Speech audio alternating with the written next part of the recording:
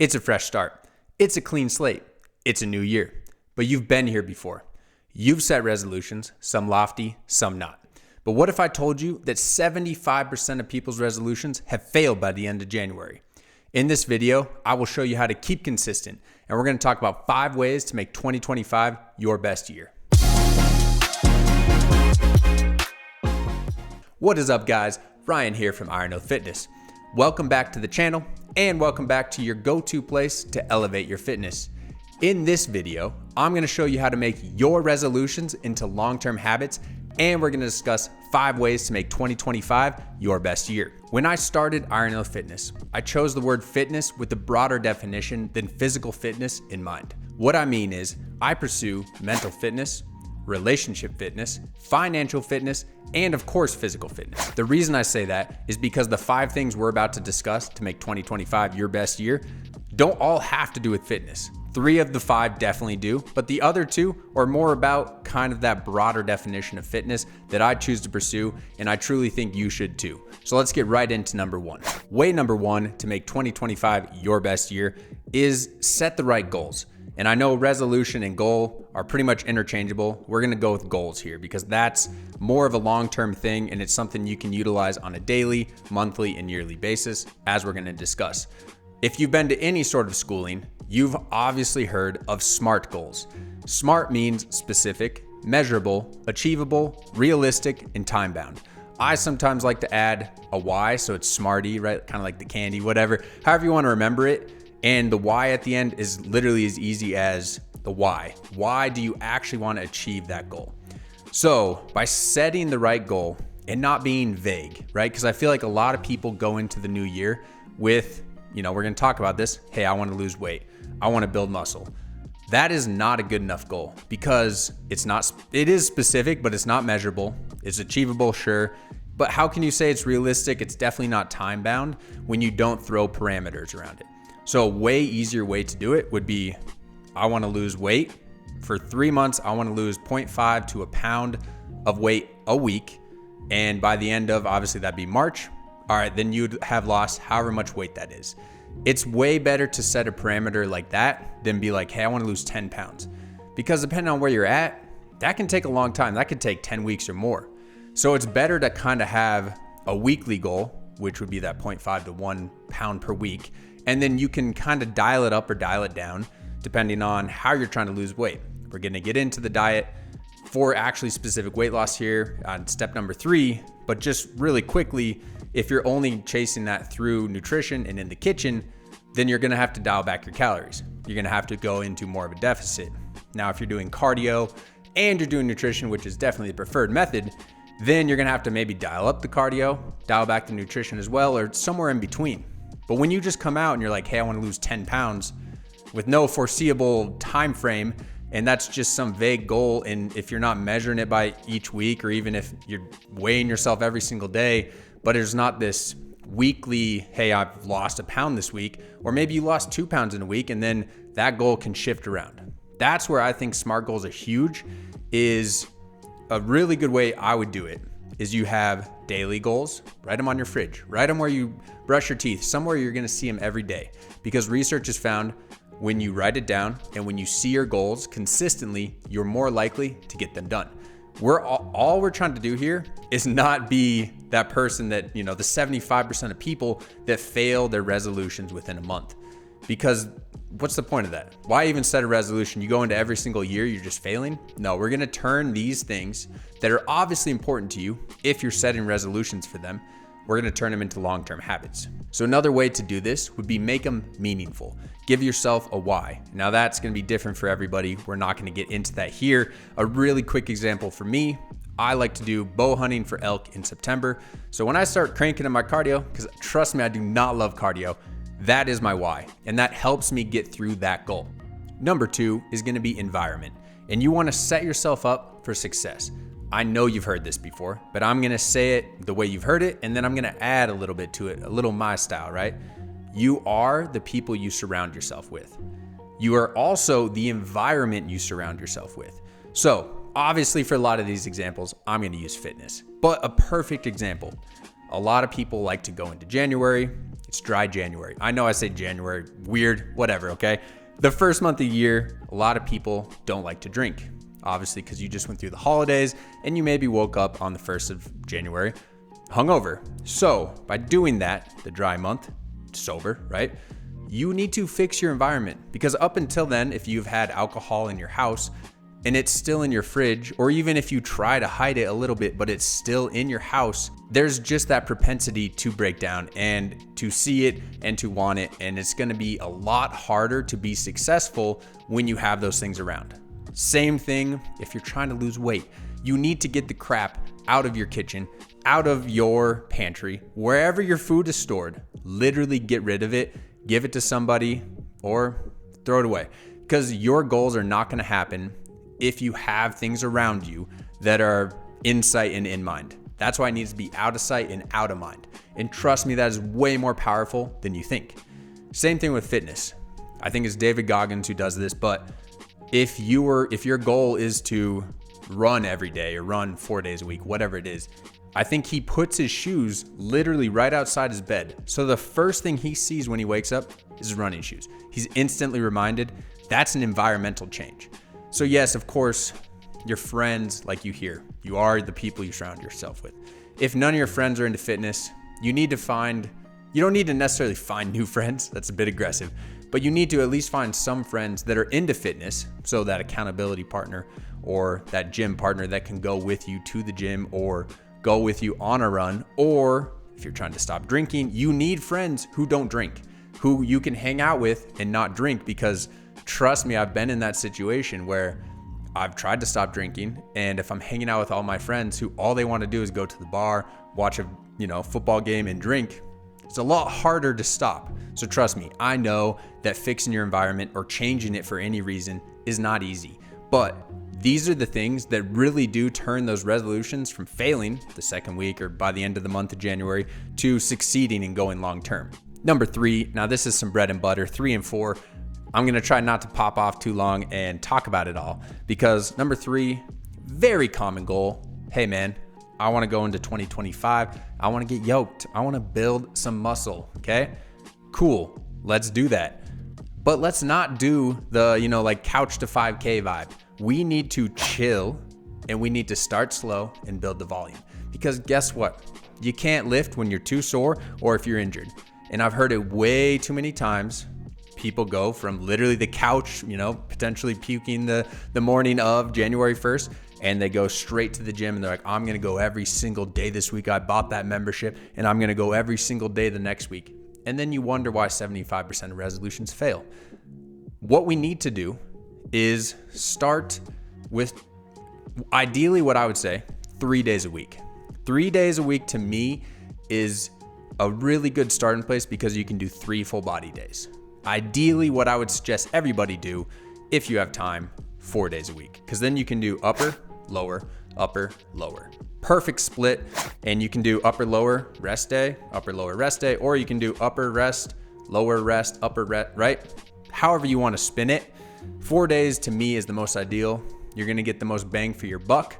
Your lifting sessions will not be hours long, right? You could do 45 minutes to 50 minutes. And really what I would stress, especially if you're new or if you're a new returning person to the gym, right? Maybe it's been some 4 or 5 months since you've been back. All you need to do is be consistent. You don't need to go too hard in the beginning. You need to be consistent, and you need to pick heavy stuff up, and you need to put heavy stuff down. Number 4, fitness goal of losing weight. Very common, probably more common than building muscle, obviously. A lot of people, men, women, literally come into every single new year, especially now with the 80% plus of people with metabolic dysfunction in America, and they want to lose weight. Maybe they want to lose weight of their own volition. Maybe their doctor told them, maybe their significant other told them, maybe they just see themselves and they're like, you know what, this is not okay anymore, right? And they're scared to go to the doctor. So whatever the reason might be, let's go down the basics here. If you want to lose weight, you need to be realistic. You cannot, for most people, and you probably shouldn't, even if this is feasible, lose more than 0.5 to 1 pound a week. The reason being, I like to give this example. You could have a person who goes out the first month and is like, I'm going to lose 4 pounds in January, right? Cool, that's 1 pound a week. Very feasible, very realistic. Let's have another person. I'm going to lose 8 pounds in that first month. 2 pounds a week? Definitely doable. You're going to have to do some pretty crazy stuff. One guy, the first guy, which is more realistic, has probably about a 500 calorie deficit per day. Pretty manageable. You're not going to be too hungry and life is good, right? You go to the gym normally, you have a deficit, you're hopefully losing weight. The other guy, that's probably 1,000 plus calorie deficit per day, especially you just came from the holidays. You're going to be hungry. That's pretty much a crash diet. And what I've seen happen too many times is you might get that 8 pounds and he's stoked about it.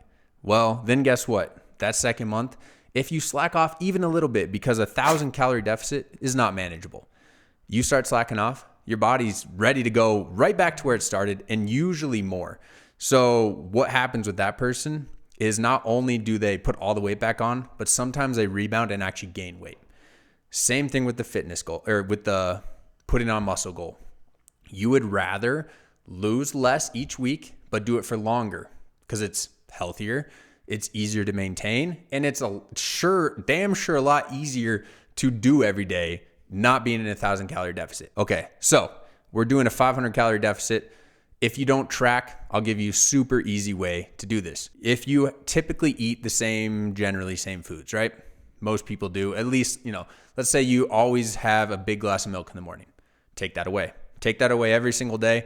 That's not 500 calories. It's a little more rough math, but anything like that, or let's say you eat like a protein bar every single day. It's 300, 400 calories. Take that away. Every single day, that's about a 500 calorie deficit. Then what you need to do, you need to weigh yourself every single day in the morning, right? Naked, all the things, right? Then with that, you don't care necessarily, especially if you're a girl and even a guy, but especially if you're a girl, sometimes from night to morning, it could be literally pounds of gain or pounds of loss. So you're not caring so much what the scale says every single day. You're caring what it says from Monday to Monday. A whole week aggregate. That's where you're looking for that 0.5 to 1 pound a week. All right, number 5. This is potentially a little out of the scope specifically of this channel, but if you think about anything, stress is terrible, right? We're in the gym, we're doing fitness to negate stress, to manage stress. And from when I last remember, one of the biggest stressors for most people is finances. So I'm going to give you a quick rundown. I'm not a financial expert, but I have read books on it. I have a very good friend who is a CPA accountant and is very into finance. So I've talked with him many a times. I have a little bit of credibility here, but this is mostly based off of Dave Ramsey, who writes a lot of books about money. So basically, to be financially free in 2025, right? We're going to lower that stress.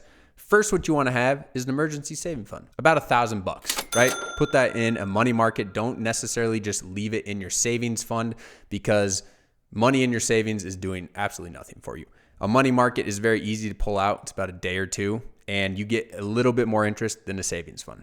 Then after you have that emergency fund, the next step you're going to do is pay off your debt. Obviously, some of us have a lot of debt and it could take years to pay off depending on what you have. Maybe it's school, maybe it's a car, maybe it's a house.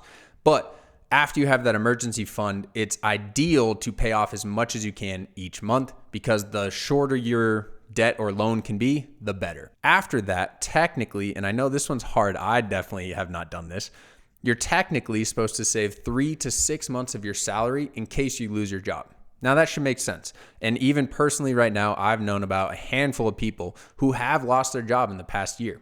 So with that, you don't want to have to freak out and maybe go into unemployment and pull out all this money and go into even more debt if you already have debt or whatever it looks like. That's what you're supposed to do. 3 to 6 months of your salary in savings where it's liquid, not in an investment account where you would have to sell stocks. We're getting to there next. After that, this is the fun part. This is the part for me that I got passionate about, because I feel like far too many people think investing into stocks, into the stock market, is complicated. It's truly not. I signed up after talking to my friend for a while, the CPA guy, right? I signed up for a Charles Schwab account. Super easy to do. All they need is like some bank information, right? Nothing much. It's an app. I signed up. I had it that day. I was able to then, transfer money straight in from my bank account, and I could start buying stocks. Like, that's all it takes. Now, that's the part I think people freak out is like, well, what do I buy? What's safe? What? Literally, I'm not going to give you any specific financial information here. This is a fitness channel, right? But think about the big companies that you know and love. So Apple, Amazon, NVIDIA, some of these huge, Tesla, these huge companies, or even if you want to play it safe, you just buy the S&P 500, which is the top 500, top 500 companies for like that basically time period, right? That's a very safe way to do it. And what you do is, it's called diamond hands. You buy the stocks and you just hold on to them. Because since 1930, and this was like 4 or 5 years ago when I heard this, but since 1930, the average return on the stock market is 8%. That's way better than a savings account. So yes, obviously sometimes it's lower, sometimes it's higher. That's why you hold it with diamond hands. Because if you, and I think this is what I imagined, I have to buy stocks. If I buy stocks, then I have to be watching the market every day. Because if my stocks go too low, or if they go high, I should sell. And if they go too low, right? No, I literally just buy and I don't even really pay attention. I might look every 4 or 5 months just to see, and all right, that's cool. So you buy the stocks and you just hold on to them. Trust me, it's way easier than you think. If you're not doing that right now, especially as you get older, those recurring, additions of that 8% on 8% on 8%, it's so much money, it's insane. So start now, even if it's $100 a month. Most companies, I know Schwab does this, you can buy stock slices. So $25 of a $1,000 share, boom, you have 0.0 whatever of that share, but you still own a share of that. All right, guys, I know this video is a bit different, but I just know going into the new year, so many people are willing to change. They have motivation for change. And I thought this would be a great opportunity to not only show, hey, you should change in fitness, but if you have this energy and have this motivation, there might be some other places in your life you can change as well. Because by cleaning up all these things, it just gives you so much more freedom to not be stressed, to do things that you want to do and not have to worry about stuff, right? And that's what I think is so cool about what I've thought about as fitness is I'm in the gym to make my life outside the gym better. And when my life outside the gym is better, I can go to the gym with energy. I can go to the gym because I slept enough, because I'm not worried about finances or I'm not worried about my relationship.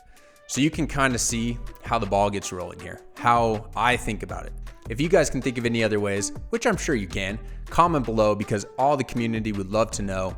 Obviously, I only covered 5 here. I know you guys can think of more creative ones and probably better ones than potentially I did. So comment below, let us know what you guys are trying to do this year. And we're a community, we're always trying to help each other. So let's get out there, let's crush January, let's crush February, and then March, and then April, and then all the months, right? And yeah, I probably say them all funny. So whatever, until next time.